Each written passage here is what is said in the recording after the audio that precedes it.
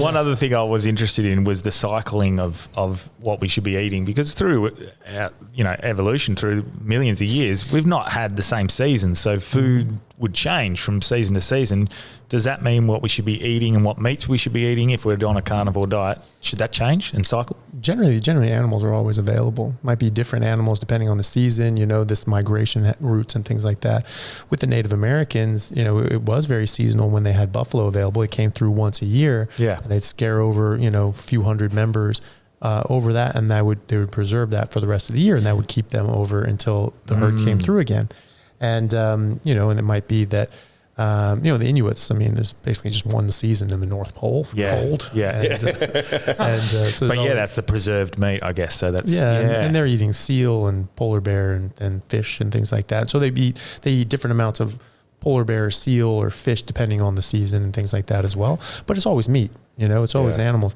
And then, you can't grow many crops up there. No, exactly. And crops would be seasonal as well. People say, oh, well, fruit's really good for you. It's just like, not all year. You would never have had this access to this stuff all year. True. And all the produce and fruits that we have now, they're available all year, which they normally wouldn't be.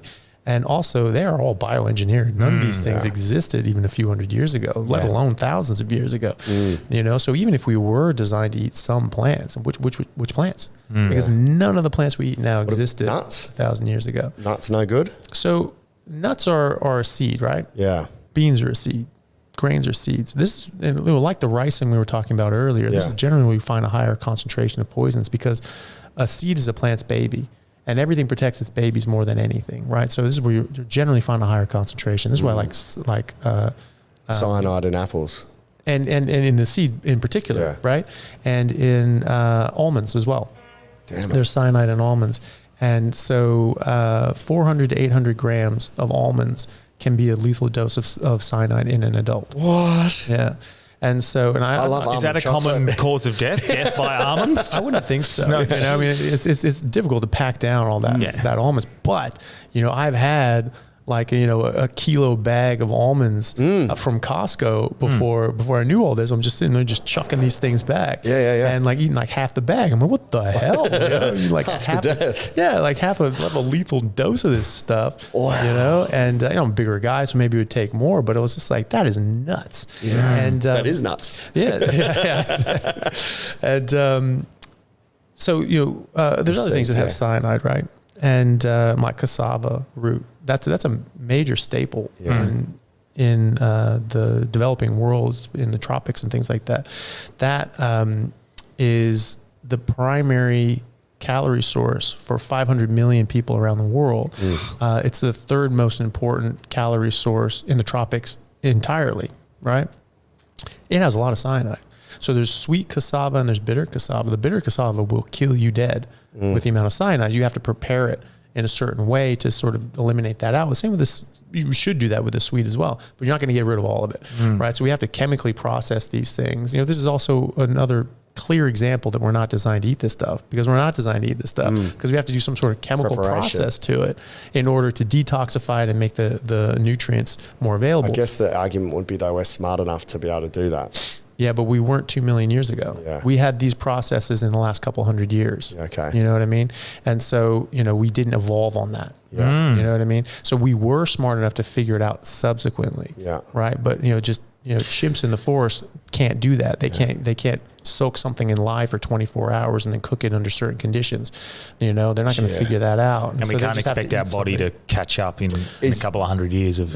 Is meat better for men than women, or does it have the same effect? Will it increase our testosterone and a woman's estrogen or anything like that? Or is it... It'll optimize both. Yeah, okay. Right. So, it'll optimize our hormones, testosterone and estrogen. It'll also do that for them as well. Wow. So it's you look at every single example of animal species in the wild, males and females eat the same thing. Yeah. The children and adults and elderly eat the same thing, except when you're breastfeeding, right? Yeah. So mammals will be on milk. As soon as they're weaned from milk, they eat what the adults eat, and they eat that for the rest of their life. Yeah. Male or female. Right? Yeah. You might eat more if you're a bigger male than you would if you're a smaller female. But hyenas, the women are generally larger. They got the bigger dicks. Yeah. Legit. Yeah. A lot of faux dicks. Yeah, exactly. So, everything's the same. So, people say, well, some things are better. And this is the big argument I heard a lot is that, some things are better. Everyone's different. You're depending on your blood type, you might be a vegan or herbivore. I mean, that's nonsense. I mean, let's be honest. Like, one protein difference on your red blood cells is not going to fundamentally change your entire digestive system. And you're not all of a sudden, like if you have, type A blood, you're supposed to be an herbivore if you're type A blood. Like, what the fuck kind of sense does that make? Yeah. So type A blood, lions, they're just supposed to eat grass. And and so, how is being, I'm type A, I'm supposed to do better without any meat. I'm like, well, no, it's the absolute opposite. And like, what about that? What about having a different protein on my blood, on my red blood cells is going to give me the ability to digest fiber. Yeah. Well, it hasn't, so there's that. But hey, everyone, really happy to announce a new sponsor for the show and for everybody down in Australia, Stockman Steaks, who are delivering high quality grass-fed and finished pasture-raised beef and other meats, flash frozen and vacuum sealed to your door, something that I've been enjoying a lot of myself recently as well. They also have a great range of specialty items such as high-fat keto mince and carnivore beef and organs mince with liver, kidneys, and beef heart as well. So use code Chaffee today for a free order of beef mince or another specialty gift along with your order at stockmansteaks.com.au, and I'll see you over there. Thanks, guys.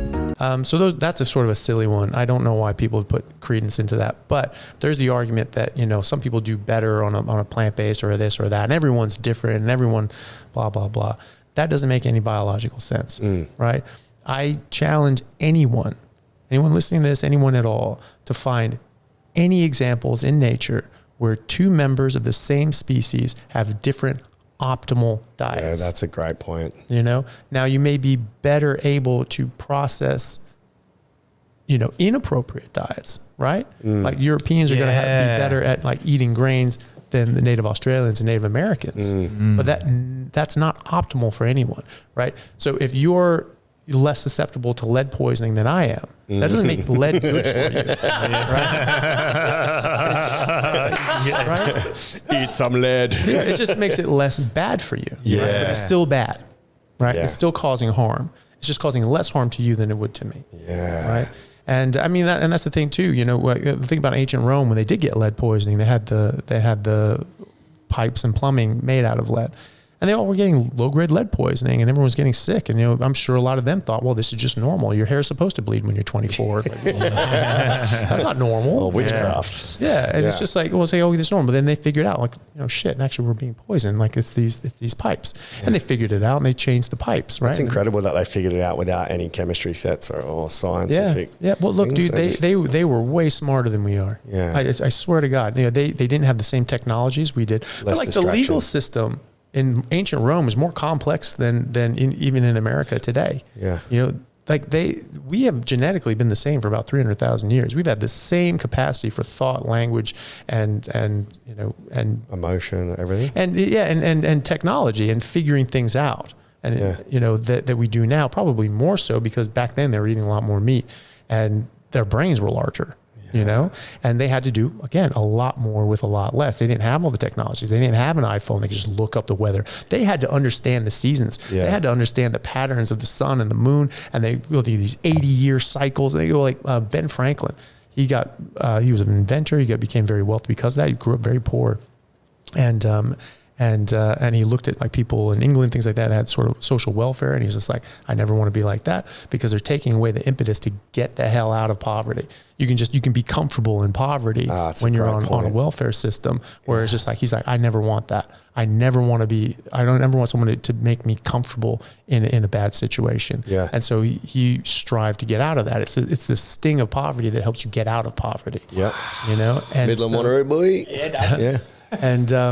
And so he invented a lot of things. One of the things that he did was an almanac. And this thing would predict on June 6th, this is what the weather will be. This is when the rain's going to stop. This is when you start planting your crops. Because they knew they were in tune with nature and they were in tune with the cycles of the sun and the seasons so well, they could predict the weather decades Yeah, our weathermen suck. They do. We need Benjamin Franklin up there. Yeah, and he's doing this stuff in the 1700s. Wow. Right? And we've gotten so distracted with technology that we've just become reliant on it. We don't actually know things. Yeah, we're so I'm going to detached. order my Caesar salads now, like the Romans, just meat. My Caesar salad is just the bacon and the chicken, nothing else. Stop ordering everything and just cook it yourself. But, we have become so detached from the natural world and all that. We've become so reliant on technology that we don't.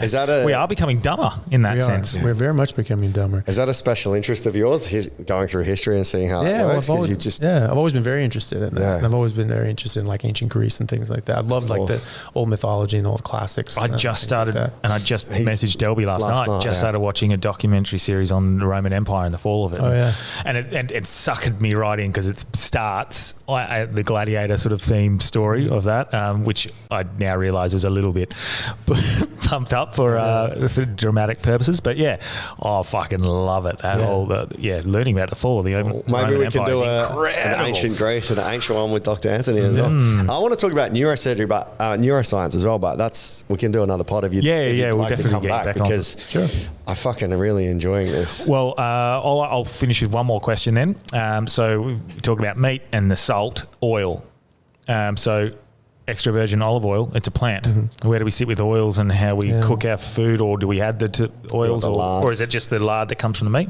Really just animal fats. Yeah. So when you take the oil out of the plant, they become quite unstable and they actually break down into very oxidative, very inflammatory byproducts. And so that's a problem. If it's straight out, like the extra virgin olive oil, straight off the press and use it that day, less bad, right? Because it's more stable, but it breaks down. It will be breaking down at all times. And this is where you get like, olive oil that's like, this sort of a bit rancid, tastes more bitter. Okay. Again, that bitter taste should be warning you about something. And that's because it's broken down into these products. So when you cook with it, it gets a lot worse. So I don't know if you guys are taking chemistry, but like in chemistry, like just high school chemistry. Delby was a science teacher, so. Yeah. Perfect. Oh, perfect. Yeah. So every 10 degrees Celsius that you increase a reaction, you double the reaction rate. Yeah. Right. So that's happening for the degradation of these plant oils as well. Right? Because that's a chemical reaction. It's degrading, right? Yeah. And then you heat it up and that speeds up that reaction, right? So you go from 25 STP to 35, you double that reaction rate. So you go up to like from 25 to 255, you've increased the reaction rate by 16 million times, right? So you're going to break it all. You're going to finish that reaction to completion very quickly. And it's going to be very, very, very pro-inflammatory and it's going to be more damaging. My body must be hot during sex because I finished to completion way quicker. I'm like, sorry, I was just hot. My body temperature's gone up for 16 million times. Hot sex. That is some friction, Delby. You're going fast. So your olive oil is now full of the bad shit as opposed to... Because I heard olive oil was anti-inflammatory. Oh, it depends on when you catch it. Right. Yeah, right. So that's the thing too. There's a lot of cherry picking, right? So, they'll look at this. Oh, look, it has this thing in there. And that's been shown in some epidemiological nonsense study to be possibly maybe anti-inflammatory. Yeah. Okay, fine. What else is in it? Right? There's 100,000 other chemicals in there. Yeah. Right. What do those do? There's just one anti-inflammatory thing and there's one antioxidant in there, or maybe a few, maybe 100, whatever, but there's thousands of other things.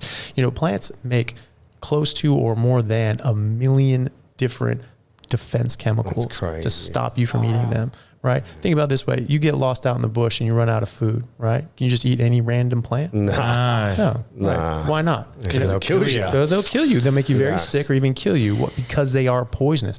Most plants will kill you. Most plants will kill most animals, even pure herbivores. There's an entire field of veterinary medicine, large animal livestock medicine, where it's all about the different diseases that animals get when they start eating the wrong plants. They get stuck in it. They normally don't do this in the wild, but you get stuck in a pasture. They run out of grazing material. They run out of feed. They'll just start eating random ass things because they're starving. Yeah. And they can get very sick, or they'll get into something. Something will get mixed in. There are diseases, like big head, limp neck, crazy cow syndrome, sounds like something you call your ex. Yeah. Your big head, limp neck, crazy cow. Yeah. And these are actual diseases, but they're not diseases. It's understood that when a cow eats this, they'll get big head, you know, and they'll get, you know, big tongue and crazy cow. I'm looking for the big dick plant. Yeah. Just need to eat that. And so that's the thing. So we have this entire field of veterinary science that understands that the cow eats the wrong thing or this animal eats the wrong thing, they will get a specific disease that has a name. What we need to recognize as doctors and as people is that diabetes is one of those diseases. Heart disease is one of those diseases. You know, autoimmune issues like, you know, rheumatoid arthritis, Crohn's, gout, multiple sclerosis. All of these things are like crazy cow syndrome and big head and all these sorts of things. These are diseases that only come about from eating the wrong thing. They don't exist otherwise. And that's why I think that these so-called chronic diseases that are the majority of diseases that we treat nowadays as doctors are not diseases per se, but toxicities and malnutrition, as I said. So you're eating the wrong thing and things are going wrong in your body, which we know for a fact happens. And, you know, going back to the Rome, you know, they had lead poisoning. They had to figure that out. They didn't know what was going on. I think we're in our ancient Rome, our lead pipes. Our lead pipes are vegetables and fruit and grains and eating things that we're not supposed to. And we're just living in it. So it just looks normal. And this is just how you age. And that's just normal. You get diabetes, you get overweight, you get heart disease. That's just a thing. It's not a thing. It doesn't need to be a thing. And, you know, so we are in that now, and we just have to get out of that mindset that this is just a normal part of aging and it just happens. It doesn't need to happen. This is from eating the wrong thing. And if you get rid of it, it goes away. Hey guys, just want to take a second to thank our sponsor, Carnivore Bar. I don't promote many products because honestly, all you need to be healthy is to just eat meat. For those times that you're out hiking, road tripping, or stuck at work and you want a nutritious snack that is just meat, fat, and salt if you want it, the Carnivore Bar is a great option. So I like this product not because it's just pure meat, but also because I want the carnivore market to thrive as well. And the more we support meat-only products, the more meat-only products there will be available in the mainstream. So if this sounds like something you'd like to get behind, check it out using my discount code Anthony to get 10% off, which also applies to subscriptions, giving you 25% off total. All right, thanks guys. So it's your body's natural response to ingesting something that doesn't agree with your body in the first place. Our carnivore diet doesn't cherry pick the facts. It doesn't cherry pick anything. Fucking smash it. So Lizzo shouldn't be spreading body positivity. She should just be eating meat. Yeah. You know, I mean, you know, the thing is that like the natural state of human beings is healthy. Yeah. You know, we shouldn't be sick. No. That's an abnormal state. Yeah. But now we've normalized ill health. And you have this body positivity sort of stuff. I mean, you shouldn't make people feel bad about anything. You shouldn't try to track them down. Everyone's going through their struggles, you know. And also they've been lied to their whole damn life. You know, I talked to so many people. I've talked to PhDs in nutrition who were overweight and unhealthy following the exact things that they learned in their PhD. Wow. And most of them don't figure it out. Some of them do and they go like, well, what the hell? You know, I'm doing this by the book and I'm getting more overweight and less healthy. Yeah. And so it's like, so this has to be wrong. Yeah. And so there are a number of nutritionists, PhDs, Dr. Sarah Zaldivar, she teaches nutrition at Florida State, like Dade College of Florida State in Dade, Florida anyway. She's a PhD in nutrition. She found that exact thing. She was getting more and more unhealthy. And she was just like, okay, this has to be wrong. So she started looking into it and she came across a carnivore diet too. Bang, total change. Now she's healthy as hell, feeling great, reverse all these issues.